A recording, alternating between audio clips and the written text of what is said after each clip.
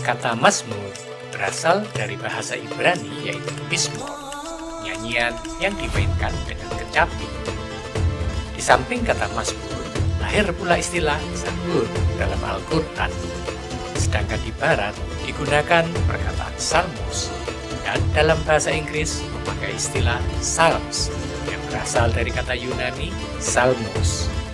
Di dalam Alkitab berbahasa Ibrani tidak digunakan kata Mizmor sebagai nama kitab, melainkan Sefer Tehillim, harfiah kitab Mazmur.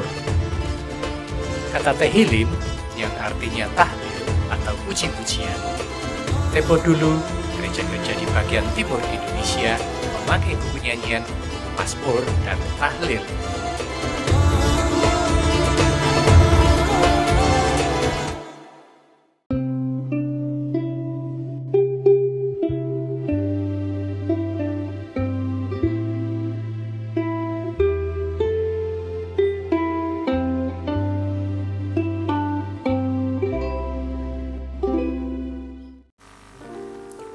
Kitab Mazmur. Mazmur adalah nyanyian atau syair puji-pujian kepada Tuhan yang dahulu biasa dilantunkan dalam ibadah-ibadah di bait suci dan upacara-upacara kerajaan pada masa Israel kuno. Mazmur-mazmur yang masih bertahan hingga saat ini dikumpulkan dalam kitab Mazmur dan digunakan dalam peribadahan dan ritual keagamaan Yahudi dan Kristen modern. Kata Mazmur berasal dari bahasa Ibrani yaitu Mizmor, nyanyian yang dimainkan dengan kecapi. Di samping kata Mazmur, lahir pula istilah Zabur dalam Al-Quran. Sedangkan di Barat digunakan perkataan Psalmos, dan dalam bahasa Inggris memakai istilah Psalms yang berasal dari kata Yunani Psalmos. Di dalam Alkitab berbahasa Ibrani tidak digunakan kata Mizmor sebagai nama kitab, melainkan Sefer Tehillim, harfiah kitab Mazmur. Kata Tehillim yang artinya tahlil atau puji-pujian. Tempo dulu, gereja-gereja di bagian timur Indonesia memakai buku nyanyian Mazmur dan tahlil. Pada perkembangan dewasa ini, kata Mazmur dan Psalmos beserta turunannya tersebut dapat diartikan sebagai kidung, madah, puji-pujian, atau himne yang ditujukan kepada Tuhan.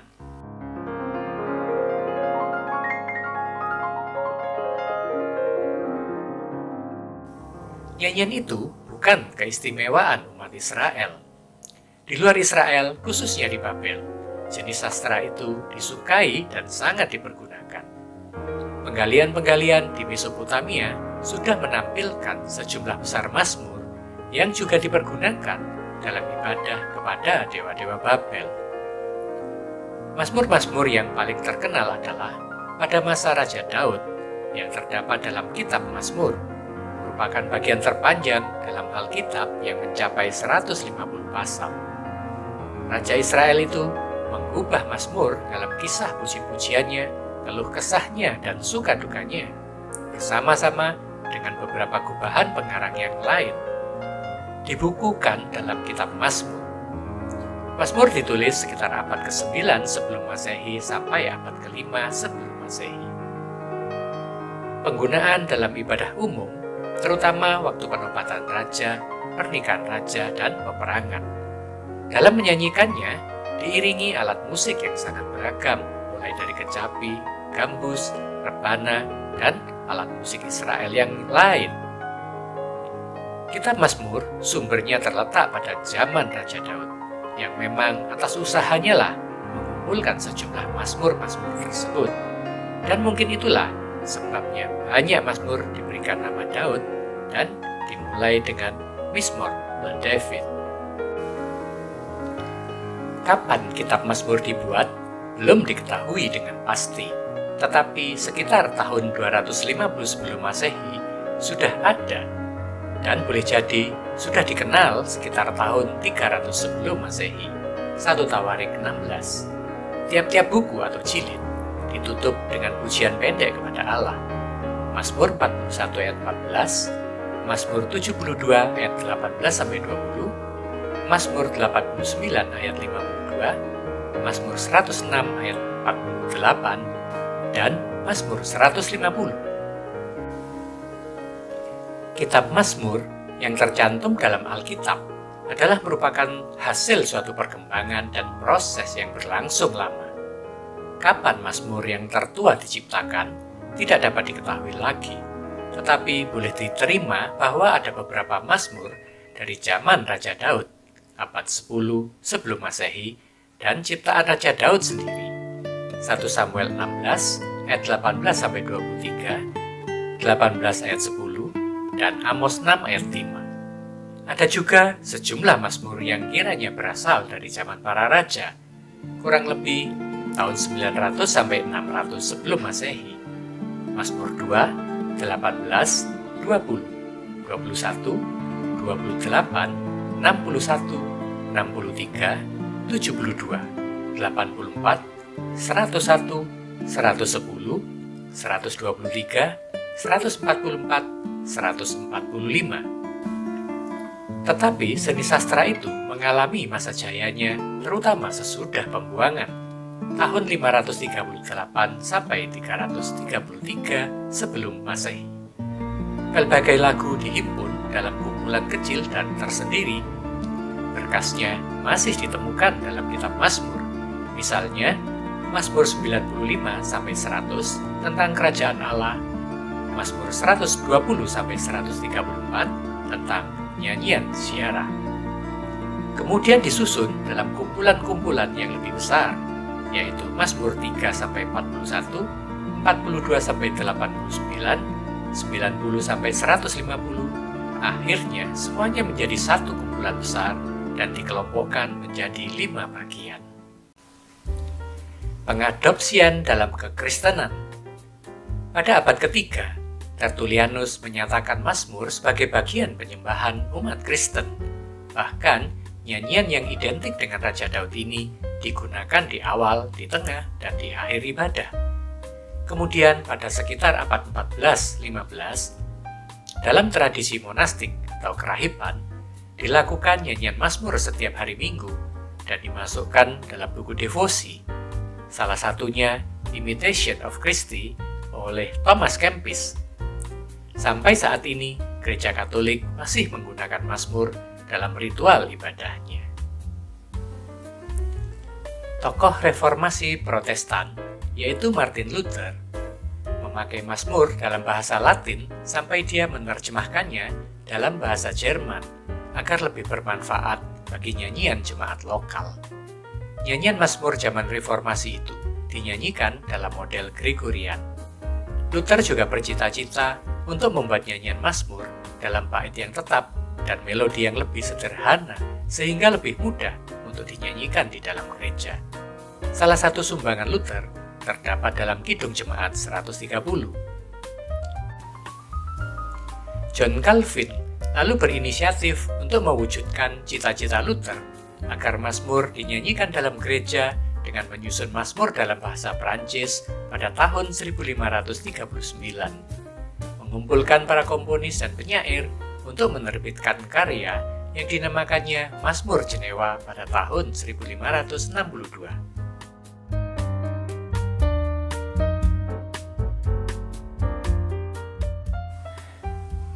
Pada zaman modern, Mazmur diteliti kembali oleh ahli bernama Gankle dan Mowinckel yang menyumbangkan pemikirannya dalam menggolongkan Mazmur. Menurut Gankle, Mazmur lebih bersifat menggambarkan pengalaman dan perasaan orang-orang secara religius ketimbang sifat kultus untuk ibadah.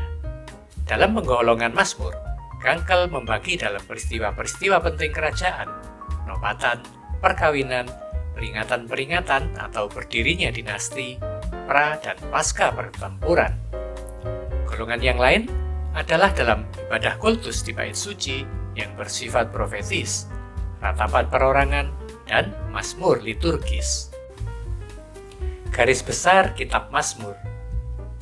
Kitab Mazmur terdiri dari 150 pasal, dibagi menjadi 5 bagian atau jilid. Masing-masing jilid diakhiri dengan doksologi atau berkat. Jilid ke-1, pasal 1 sampai 41. Terdiri dari 41 mazmur. Semua dipercayai merupakan gubahan Daud. Meskipun Mazmur 1, 2, 10, dan 33 tidak mempunyai nama pengarang, jilid ini dianggap sebagai bagian paling tua dari kitab Mazmur. Mazmur 18 juga tercatat dengan sedikit variasi di 2 Samuel 22 dan dikenal sebagai nyanyian Daud. Jilid kedua, pasal 42 sampai 72, terdiri dari 31 mazmur. 18 mazmur merupakan gubahan Daud. Mazmur 42, 44 sampai 49 dan juga 84, 85, 87 dan 88 ditulis oleh Bani Korah yang ditugaskan untuk mengubah dan menyanyikannya. 2 Tawarik 20 ayat 19 mencatat bahwa kelompok ini merupakan bagian dari kelompok paduan suara orang Lewi. Mazmur 50 ditulis oleh Asaf. Mazmur 62 dan 77, juga Mazmur 36 dihubungkan dengan Yedutun untuk dinyanyikan sesuai aransemennya atau dalam paduan suara pimpinannya. Mazmur 72 dimulai dengan dari Salomo, tetapi secara tradisi dipercayai merupakan doa Daud untuk putranya. Jilid ketiga, pasal 73 sampai 89, terdiri dari 17 mazmur. Mazmur 73 sampai 83 ditulis oleh Asaf, pemimpin paduan suara, untuk dinyanyikan dalam ibadah. Mazmur 84, 85, dan 87 ditulis oleh Bani Korah. Mazmur 86 merupakan doa Daud. Mazmur 88 ditulis oleh Heman dan Bani Korah. Mazmur 89 ditulis oleh Ethan. Jilid keempat, pasal 90 sampai 106, terdiri dari 17 mazmur. Mazmur 90 ditulis oleh Musa, dianggap mazmur tertua dalam seluruh kitab ini. Mazmur 101 dan 103 ditulis oleh Daud. Mazmur 93 sampai 99 digolongkan sebagai mazmur raja, Royal Psalms, di mana Allah dihormati sebagai raja bagi umatnya. Jilid kelima, pasal 107 sampai 150, terdiri dari 44 mazmur. 15 mazmur ditulis oleh Daud. Mazmur 127 ditulis oleh Salomo. Mazmur 113 sampai 118 dikelompokkan sebagai nyanyian pujian, Halel, yang dibacakan pada 3 hari raya Yahudi, Paskah Yahudi, Shavuot, dan Sukkot atau Tabernakel, pada bulan baru dan pada hari ke-8 Hanukkah. Mazmur 117 adalah pasal terpendek dalam Alkitab, hanya berisi 2 ayat. Mazmur 119 adalah pasal terpanjang dalam Alkitab, terdiri dari 176 ayat yang terbagi dalam 22 seloka, masing-masing berisi 8 ayat. Tiap ayat dalam satu seloka dimulai dengan satu huruf yang sama sesuai urutan abjad Ibrani. Sejumlah mazmur lain juga ditulis dengan urutan abjad Ibrani untuk huruf pertama setiap ayatnya. Mazmur-mazmur ini diperkirakan digubah secara tertulis, bukan dari tradisi oral. Mazmur 120 sampai 134 dinamakan nyanyian ziarah dan dipercayai dinyanyikan oleh para peziarah dalam perjalanan ibadah ke Bait Allah di Yerusalem. Mazmur 136 juga disebut Halel, pujian agung. Namun, kitab Talmud mengelompokkannya bersama Mazmur 120 sampai 135. Satu versi yang sedikit berbeda dari Mazmur 136 ditemukan di gulungan Laut Mati. Pembagian ini dibuat untuk kebaktian, di mana isinya diperdengarkan menurut giliran tertentu. Namun, ada pendapat yang mengatakan bahwa penyusunan kitab Mazmur dipilah menjadi 5 bagian agar menyamai 5 kitab Taurat atau Pentateuch. Kitab Mazmur termasuk dalam kumpulan kitab yang dinamakan Ketuvim tulisan-tulisan yang merupakan kumpulan kitab yang ketiga dari Tanakh. Penulis Mazmur. Kebanyakan pendapat mengatakan bahwa Raja Daud adalah penulisnya. Ia disebut seorang Semirot, pemazmur. Dalam 2 Samuel 23 ayat 1 dikatakan, "Inilah perkataan Daud yang terakhir, tutur kata Daud bin Isai dan tutur kata orang yang diangkat tinggi, orang yang diurapi Allah Yakub, pemazmur yang disenangi di Israel." Dalam judul banyak mazmur disebutkan nama seseorang. Raja Daud 73 kali, Asaf 12 kali, anak-anak Korah atau Bani Korah 11 kali, Etan atau Yedutun 1 kali, Heman 1 kali, Musa 1 kali, dan Salomo 1 kali. Hampir semua mazmur adalah anonim dan hanya dapat disebut ciptaan umat Israel. Sepanjang sejarahnya dari abad 10 sebelum Masehi hingga abad 3 sebelum Masehi. Sebab kebanyakan mazmur juga tidak dapat diberi tanggal sehingga tidak dapat ditentukan waktunya. 1 Tawarik 15 ayat 16-25. Penggunaan mazmur. Dahulu mazmur-mazmur dipakai di dalam sinagoga, yaitu tempat sembahyang umat Israel. Seiring dengan pengaruh keagamaan di Israel, hampir di semua bidang kehidupan. Mazmur-mazmur digunakan untuk berbagai kesempatan, misalnya pada waktu memasuki halaman bait suci Allah, pada waktu mempersembahkan macam-macam korban, bernasar dan membayar nasar, menyerahkan hasil-hasil pertanian, pada waktu mencari keadilan atau perlindungan atau kesembuhan, juga di saat merayakan hari-hari besar. Di samping itu, ada sejumlah mazmur yang dipergunakan di dalam upacara sekitar istana, misalnya Mazmur 10. Pada zaman Israel dahulu kala, mazmur-mazmur dimanfaatkan dalam berbagai peristiwa, misalnya pujian kepada Allah mengingat campur tangannya dalam sejarah bangsa-bangsa. Mazmur 105 ayat 1-45 tentang perbuatan-perbuatan Allah di masa lampau, mengungkapkan kesulitan, kesengsaraan, Mazmur 13, memperlihatkan segi-segi pendidikan, Mazmur 1 ayat 1-6, menghormati Allah sebagai Raja yang mulia, Mazmur 24, 72, menyatakan otoritas Allah atas seluruh ciptaan di bumi dan di langit, Mazmur 47 ayat 1-10, mengungkapkan tentang kesejahteraan kota-kota, Mazmur 122 ayat 1-9, sebuah doa untuk kesejahteraan kota Yerusalem. Merayakan pesta-pesta kebangsaan, Mazmur 126, 127. Merayakan kebahagiaan tiap-tiap rumah tangga, Mazmur 128 ayat 1-6. Keunikan Kitab Mazmur. Kitab Mazmur memiliki pasal terpendek, yaitu pada pasal 117 yang hanya berisi 2 ayat. Kitab Mazmur memiliki pasal terpanjang, yaitu pada pasal 119 yang mempunyai 176 ayat. Mazmur pasal 118 terdapat di tengah-tengah Alkitab. Kitab Mazmur adalah kitab paling tebal dibanding kitab-kitab lain dalam Alkitab kita.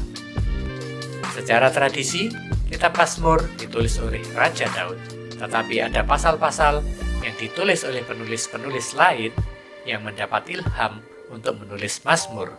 Mereka adalah Musa, Salomo, Asaf, Etan, Heman, dan anak-anak Korah, Bani Korah. Terdapat 73 pasal dari kitab Mazmur dimulai dengan kalimat Mizmor le David. Kitab Mazmur dapat dibagi menjadi 3 bagian. Mazmur atau nyanyian perenungan pribadi, Mazmur kebangsaan atau tema kebangsaan, dan Mazmur keimanan. Kitab Mazmur memiliki keunikan dibanding dengan kitab-kitab lain. Kitab ini mengekspresikan kerinduan kepada kasih Allah yang menggugah iman dan semangat untuk lebih mendekat kepada Allah Sang Pencipta, dan juga menyatakan betapa Allah itu mengasihi ciptaannya.